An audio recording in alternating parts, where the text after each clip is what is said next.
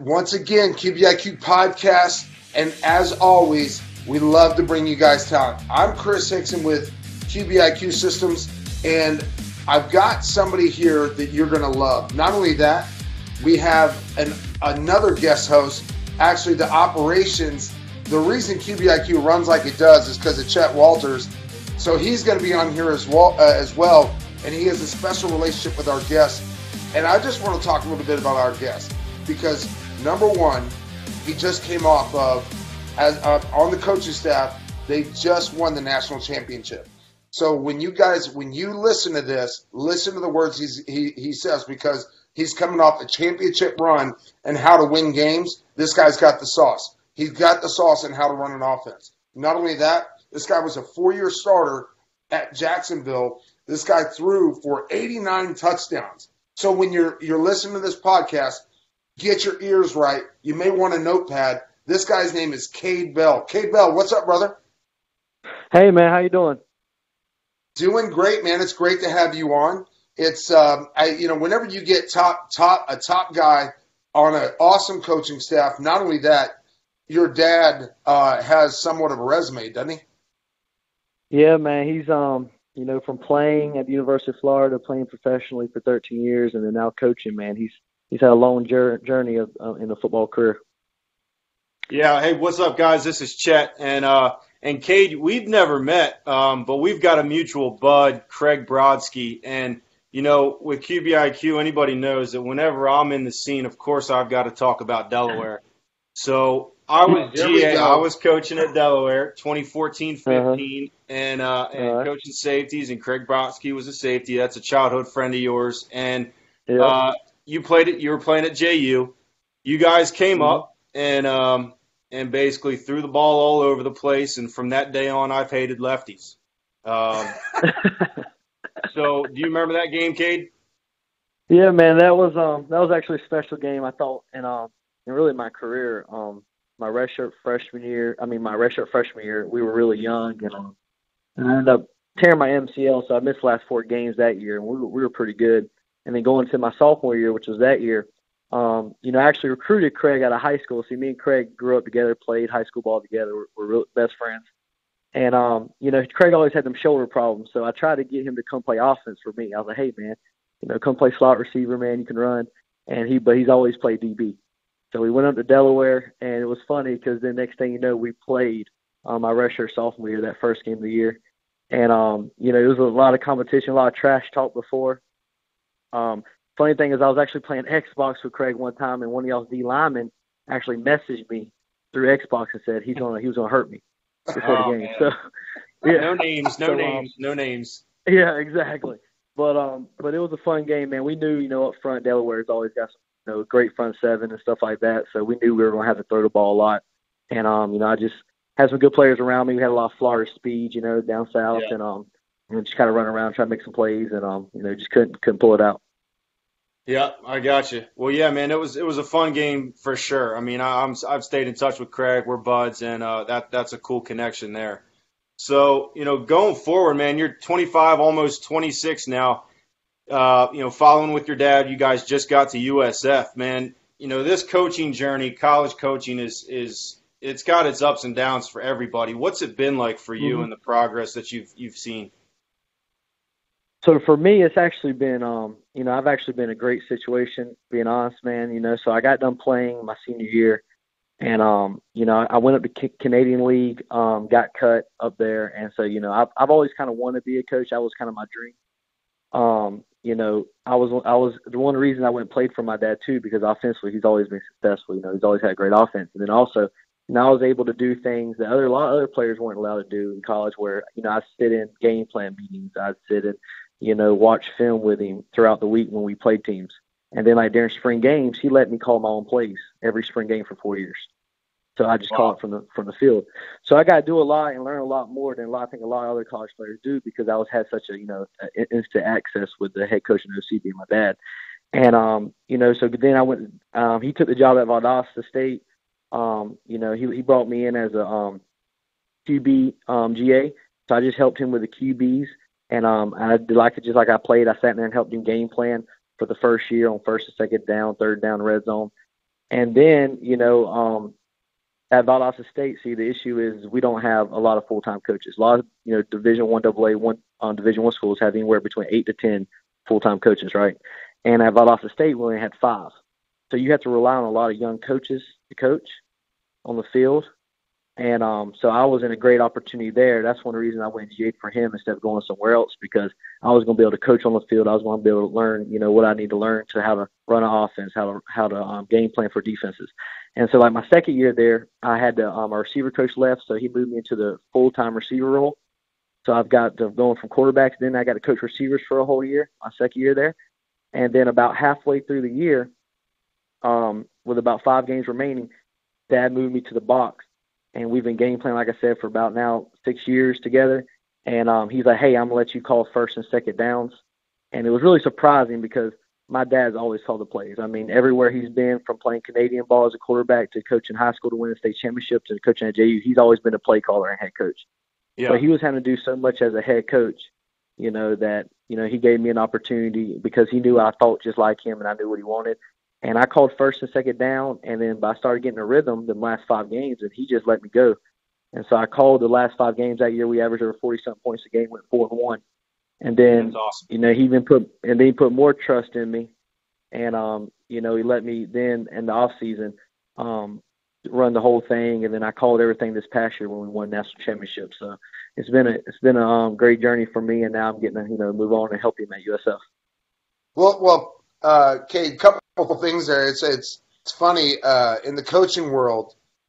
You're either getting fired and moving, or you're getting hired and moving, and it's either one. And it's just you're constantly moving. It's a lifestyle commitment, and it's but obviously you guys are getting hired and moving, and it's a testament to the work that you guys put in. When you talk about your environment of how you grew in terms of knowledge and having access, obviously, to your dad and watching the game films and being a part of the game week preparation and install, I'm going to tell you my biggest growth ever was when I was watching more film with, it was actually Gene McDowell. Gene McDowell was I think he was the first All-American at Florida State University at FSU.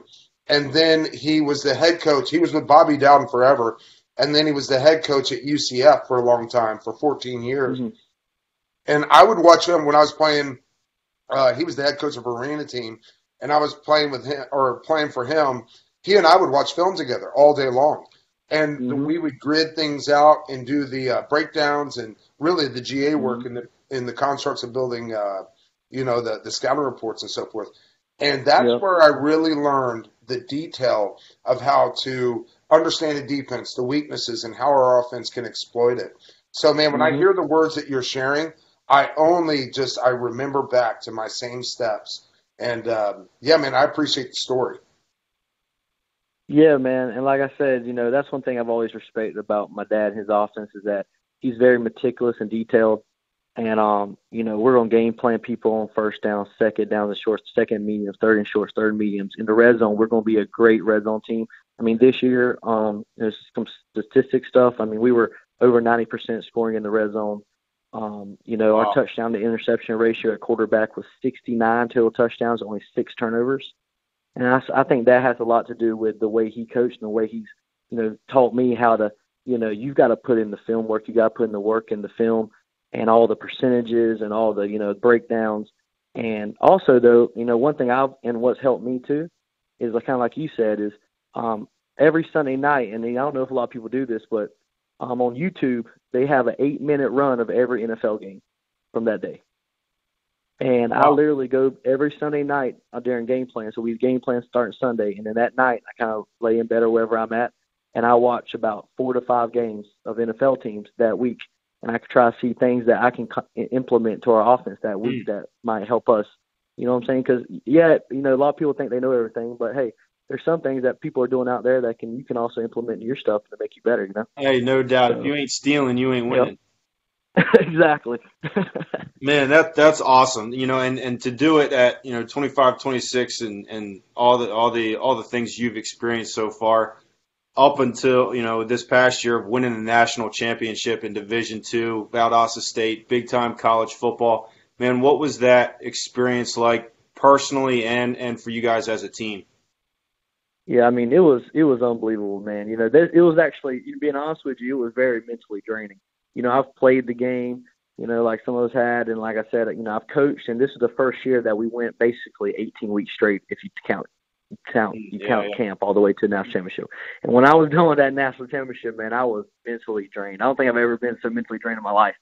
But it was unbelievable. It's one of the things when we got to Valdosta State. We knew the type of players we had for our system. We needed for our system.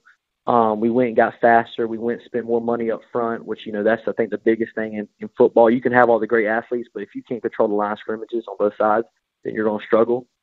And, and I think, we knew we had some young guys. I mean, the crazy thing about this offense we had this year, and, we're an NFL pro-style passing game. I mean, that's what, we were based out of Lindy Infante, who was with the Colts when Peyton Manning was going fast.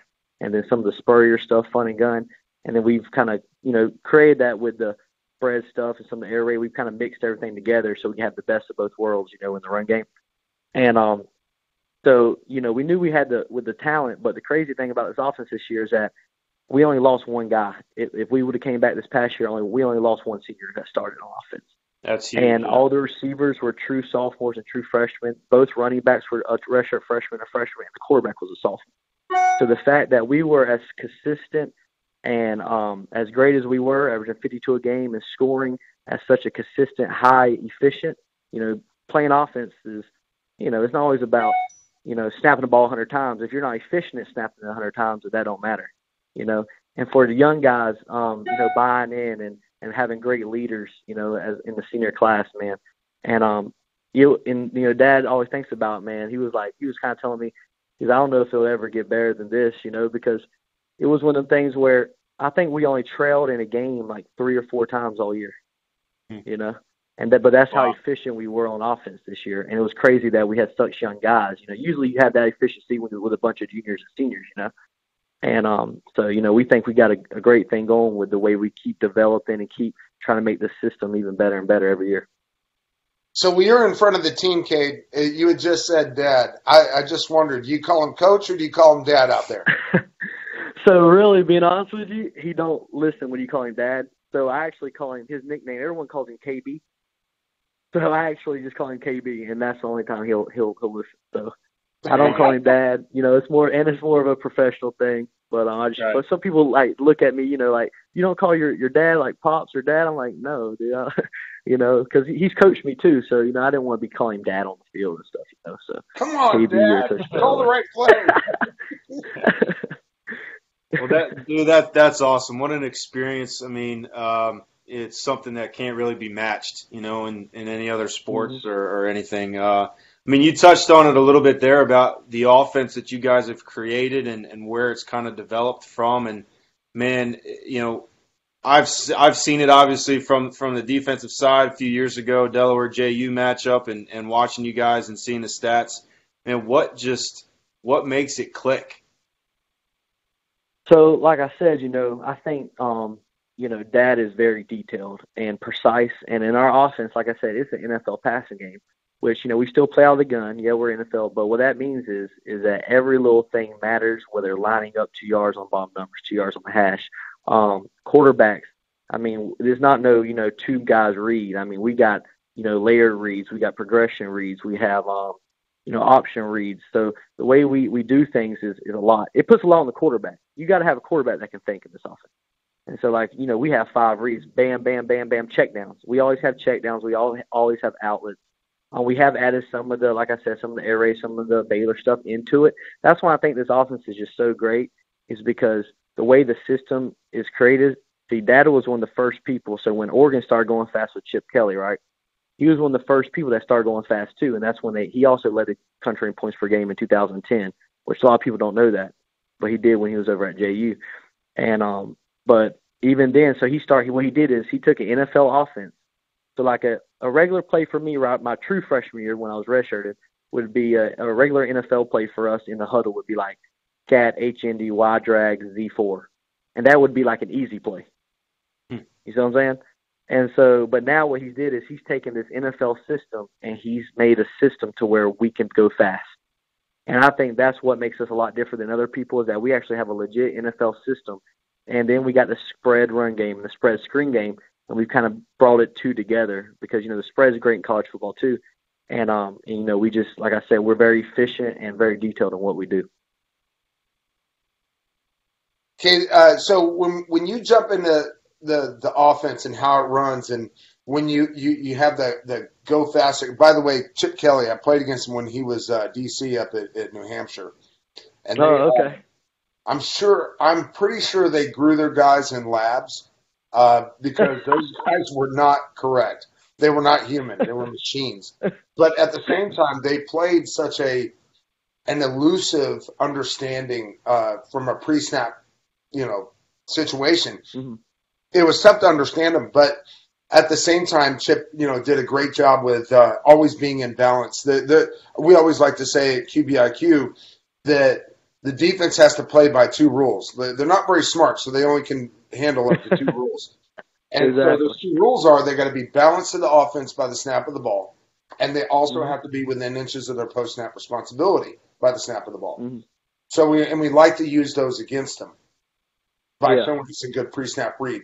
How much weight do you put into your pre-snap understanding for your quarterbacks? Oh, it's a lot. And like I said, it's an NFL system. So, like, pre-snap for us and with our RPO game we developed and stuff like that, I mean, he's got to read a certain boundary safety on an RPO backside before the ball snapped. And then when the ball snapped, he's got to, get his eyes either to the end or depending on what we're doing, if we're locking in. We have so many protections because we're NFL offense. So as a quarterback, we're very big on, if they're giving us a dog zone blitz from the field, he's got to change the protection to the other side so we can pick it up so we don't have to throw hot. We throw hot in our offense. So sometimes if we get two guys blitz from one side, then our receivers have to break slant on the fly, on the go. So our quarterback does a lot, like I said, with the protections. We give them a lot of freedom throughout the week. We'll have 4 or 5 pass checks too, depending on blitz, depending on looks, pre-snap.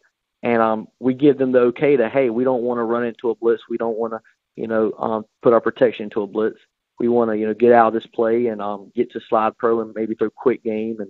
And so we give them a lot of freedom with that also, being able to, hey, get us in the right plays, man. It's okay to be aggressive and, and take some shots and get the ball at your hand. We don't want the quarterback to get hit. That's real big on, even in our RPO game, we're going to block ends a lot of times when we do throw RPOs because he don't like the quarterback getting hit. That's one thing that, we see sometimes in college football where in the RPO game, the quarterback's getting murdered all game. And because the guys are coming free. And he's real big on protecting in the RPO game because, the biggest thing about playing quarterback is when you're not getting hit, man, you feel good. You're able to stand there and throw it. When you start getting hit, you start getting that tunnel vision. You start locking on the guys, and that's not what we want to have. So, and also even in the run game, you're talking about pre-snap. I mean, this past year, our quarterback was really good in the run game. Safety rolls, we had certain runs we want to run against safety rolls to the weak side. Running away from blitzes, I think that's a great thing that we've done a lot more this past year, and I think it's really helped us, having a quarterback that can do all that pre-snap. Yeah, no doubt. When you put a lot of weight on the quarterback in decision making, you got to have the guy that can do it. And so, a part of the recruiting process, what do you guys do? Do you do an intellectual evaluation? Yeah, we do. I mean, we're big on, like I said, when we bring them in, we're going to get them on the board. We're going to see them. We're going to talk about like the base of our offense, the base of our passing game and run game, and then we'll go through it and then we'll quiz them. Hey, draw this up. We want to see how fast they can remember something and then get on the board and draw it up. You see what I'm saying? Or, give it back to us. Because I think a quarterback, if, the best quarterbacks, there's a lot of guys that don't have the biggest arms. They're not the tallest, right? And now if you got that, like I said, when we look at quarterbacks, the first thing we look at is intangible. Is the kid, does he make people better? Does he, is he quick on his feet thinking? Does he make decisions? We always talk about PDP is a big thing that I talk about with the quarterbacks. And what that means that's in my QB room, PDP means we want you to be perfect, okay? So as a quarterback, you want to strive for perfection in everything you do, right? Whether it's the offense, whether it's, you're working out and being on time, we want you to be perfect. And then the second one is we want you to be decisive. I think that's a huge one for a quarterback. And what I mean by making quick decisions, being decisive. Look, we want you to make quick decisions, get the ball at your hand. You got to be able to process the information that we give you. So we want you to be decisive. And then with all that, if you've got athletic ability, we want you to be a playmaker. So if you can do all three of them things, be perfect, be decisive, then you're going to be a playmaker when we have the opportunity to make some big plays down the field or with your feet. Yeah, no doubt. Great approach. I love the way that you detail that approach. That's fantastic. And here at the QBIQ system, I mean, that's exactly what we try to do. What we try to do, we put a lot of weight in that pre-snap understanding and understand structurally how they want to work, and then also individually how they want to work. And what we do is get basically an anticipation of probables. And just like Peyton Manning, right? Peyton Manning, he knows a particular play is not going to work because his pre-snap understanding, so he'll get his team out of a certain play and put something in that fits the situation and fits the defense. And, I mean, that's the kind of guy, when you're in that NFL offense and you give a lot of weight, responsibility to that quarterback position, you need a guy that can handle all that. And, I mean, that's exactly what we concentrate on here at QBIQ. Exactly, and that sounds exactly like what we do, off like I said, pre-snap. Like basically what you're saying is, if you have a 5 reads, right, on like a progression from, deep, middle, flats, check down, whatever, right? All right, you're basically saying, hey, pre-snap a certain coverage, I already know that I'm getting off of this side of the field, right? Exactly. So now I'm going to work 1, 2, 3. I'm going to work my end to my flat to my check down. So my dig to my flat to my check down because of the coverage. And that right there is how, quarterback, once you start understanding the pre-snap and you start, like I said, you start really understanding defenses, you can already now, you're going to take yourself out of so many bad situations because your eyes are going to be in the right area of the field, and now you're going to be getting the ball at your hand quicker, you're going to be getting hit less because, like you said, pre-snap is such a big thing if a quarterback can really do that and process it. Music to my ears, man. We've got to talk. We got to get on another call, just you, me, and Chet talk a little bit of QBIQ, man. That's music to my ears. I love to hear you talk. Thanks, man. Yeah, y'all. I like anybody, man. When you, like I said, when you're putting a lot of, thinking. Like I said, a quarterback at the end of the practice, man, his mind should be tired. We always talk about that. He should be processing every little thing that goes into playing quarterback. And then once you learn, like I said, once you learn everything and you understand everything when it comes to the system and what we're trying to do that week, then it should let you, on Saturday, it should just be natural. You should go out and play and just let it go. You know what I'm saying? That's awesome, Kade. Man, I appreciate you jumping on with us, man. It's been great. Hopefully you and I will get to meet here someday. We've got so many connections. But it was, I really appreciate it. Appreciate you hopping on the QBIQ podcast. I'll turn it over to Chris here to finish up. Kade, yeah, man. If y'all, Kade, thanks so much, man. Again, whenever you get a chance to have somebody on the line, sitting there talking ball, talking X's and O's and what they want out of the quarterback position, that's right up our alley here at QBIQ. And here, you've been listening for the QBIQ podcast with Kade Bell, just coming off the national championship run he just had. Can't tell you how much we appreciate your time. Thank y'all very much. And if you ever want to come down here to Tampa or you're ever in town and want to come by, just let me know. Done deal. We're there. We're there. You guys out there, listen, QBIQ podcast. We drop one every week. This is this week's with Kade Bell. Kade, thanks for stopping by. We'll be checking you out at USF this year, brother. Good luck, and thanks for listening, everybody.